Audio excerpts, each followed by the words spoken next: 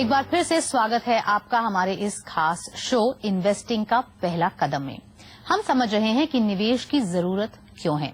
साथ खास मेहमान मुनीश दयाल मौजूद हैं। मुनीश जी, ये समझने की कोशिश हो रही है, हमने आप पहले समझा कि सेविंग्स और इन्वेस्टमेंट में क्या अंतर है, लेकिन ये कैसे तय करें कि कितनी देर के लिए इन्वेस्ट किया जाना चाहिए, इन्वेस्टिंग क्यों की जानी चाहिए, अगर आप उस पर कुछ रोशनी डालें। जरूर।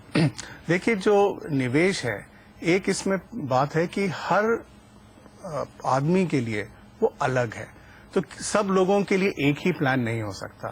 तो जो जिसकी जरूरत है उसके हिसाब से उनकी अपनी निवेश होगा।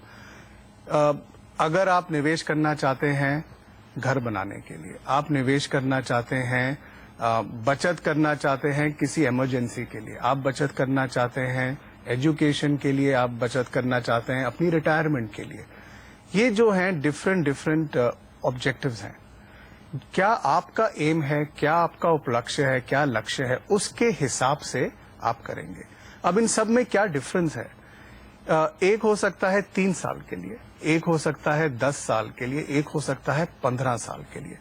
इन सब के लिए आपको हर महीने रेगुलरली सेव करना पड़ेगा।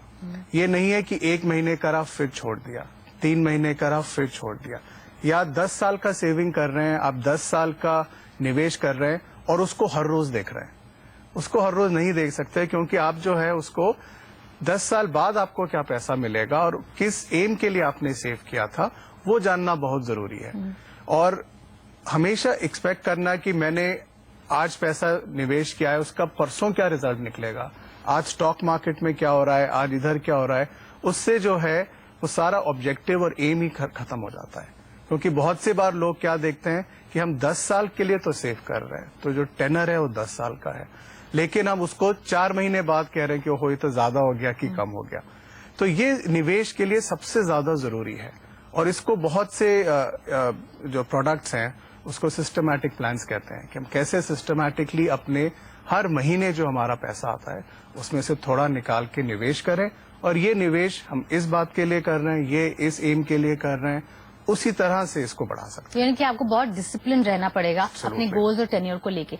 लेकिन कई बार आप जैसे आप शुरू करते हैं, मान लीजिए 25-30 साल की उम्र से, आपके गोल्स भी बदलते रहते हैं, तो अब आपको अपने पोर्टफोलियो को किस तरीके से मैनेज करना चाहिए? क्योंकि जो आप घर खरीदना चाहते थे, हो सकता है कि आपकी काबिलियत उसे पहले खरीदने की हो, या फिर किसी वजह से आपको एक फाइनेंशियल सेटबैक होता है, आप उस गोल का पैसा निकाल के कहीं और यूज करना चाहते हैं। अब इस गोल मैनेजमेंट पर आप क्या राय देंगे? देखिए, इसको आपको हमेशा रिव्यू करना पड़ेगा।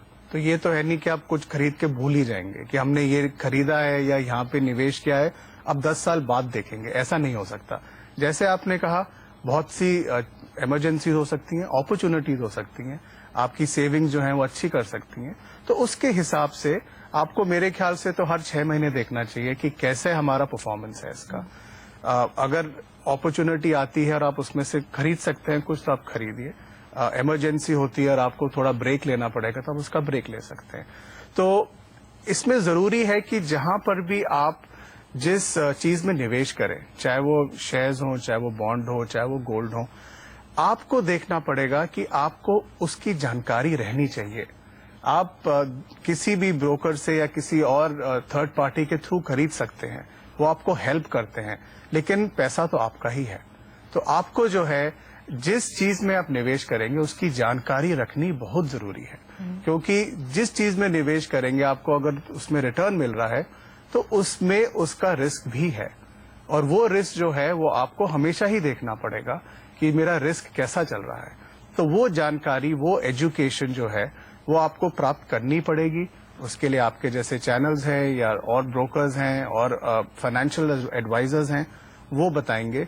लेकिन जो निवेश करते हैं उनके लिए भी बहुत जरूरी है इसको जानना। जो इन्वेस्टिंग में नए उतर रहे हैं या उतरने की सोच रहे हैं, उनके लिए किस तरीके के प्रोडक्ट्स अप्रोच करना सही रहेगा? क्योंकि देखिए, कई प्रोडक्ट्स है जहां पर आप बंध जाते हैं, आपको कुछ इन्वेस्टमेंट उनमें हर साल करनी ही पड़ती है, और जिस तरीके का माहौल है, आज आपके पास नौकरी है, कल नहीं है, आपके पास लायबिलिटीज हैं या फिर आपके पास और डिपेंडेंट्स हैं, माहौल बदलते रहते हैं। बिल्कुल। लेकिन शुरुआती दौर में आप कैसे एडवाइस करते हैं इन्वेस्टर्स को कि कहां पर पूंजी निवेश रखें जहां पर उनके पास फ्लेक्सिबिलिटी हो, वो अपना टेन्योर और गोल जरूर सेट करें, लेकिन उसके अलावा पूंजी के मामले में अपने हाथ बंधे ना पाएं? देखिए, उसको मैं कहता हूं आपकी क्या एबिलिटी और रिस्क टेकिंग एबिलिटी है। तो जहां पे आप अपनी पूंजी डालेंगे, अगर आपकी जॉब अनसर्टन है, अगर आपके एक्सपेंस हैं जो बढ़ सकते हैं, तो आपको थोड़ा लेस रिस्क में डालना पड़ेगा पैसा, और इसको कहते हैं लिक्विडिटी। कहां पे आपको लिक्विडिटी मिल सकती है? जैसे अगर तो पैसा हमारा 10 साल के लिए अंदर चला गया, हमने 10 साल का फिक्स डिपॉजिट ले लिया, उसको तोड़ नहीं सकते, या 5 साल का डिपॉजिट ले लिया, उसको नहीं निकाल सकते, उसको आप लोग देखना पड़ेगा कि उसको फ्लेक्सिबल कैसे करें। अब ज्यादा प्रोडक्ट्स आ रहे हैं जहां पे फ्लेक्सिबिलिटी है। आप 10,000 रुपए का डिपॉजिट डालिए, अगर आप 1,000 निकालेंगे तो 9,000 रहेगा उसमें, और उसमें आपको रिटर्न मिलता रहेगा। आप अगर चाहते हैं कि हम इक्विटी शेयर्स में डालें, तो इक्विटी शेयर्स में डायरेक्टली डालने के बजाय आप म्यूचुअल फंड में डाल सकते हैं। म्यूचुअल फंड में एक्सपर्ट्स हैं जो आपका पैसा आपके लिए निवेश करते हैं। म्यूचुअल फंड में आप पैसा डाल सकते हैं, निकाल भी सकते हैं। अगर आप एक कोई स्टॉक लेके उसमें इन्वेस्ट करेंगे, उसमें आपको देखना पड़ेगा कि उसमें क्या लिक्विडिटी है, कब निकल सकते हैं, कब जा सकते हैं। आपको पूरी जानकारी होनी चाहिए कि उस स्टॉक को क्या हो सकता है। ओके, बहुत से बार टिप्स आते हैं लोगों के पास कि यहाँ निवेश कर दीजिए, वहां निवेश कर दीजिए। जितनी मुश्किल से पैसा कमाया है, उतना ही ध्यान देना चाहिए कि पैसा कहाँ निवेश कर रहे हैं। अगर उससे आधा भी हम करेंगे तो हम ठीक निवेश करेंगे। चलिए, तो जितनी मेहनत लगती है कमाई में, उतनी ही मेहनत लगती है उसे बचाने में, उसे निवेश करने में।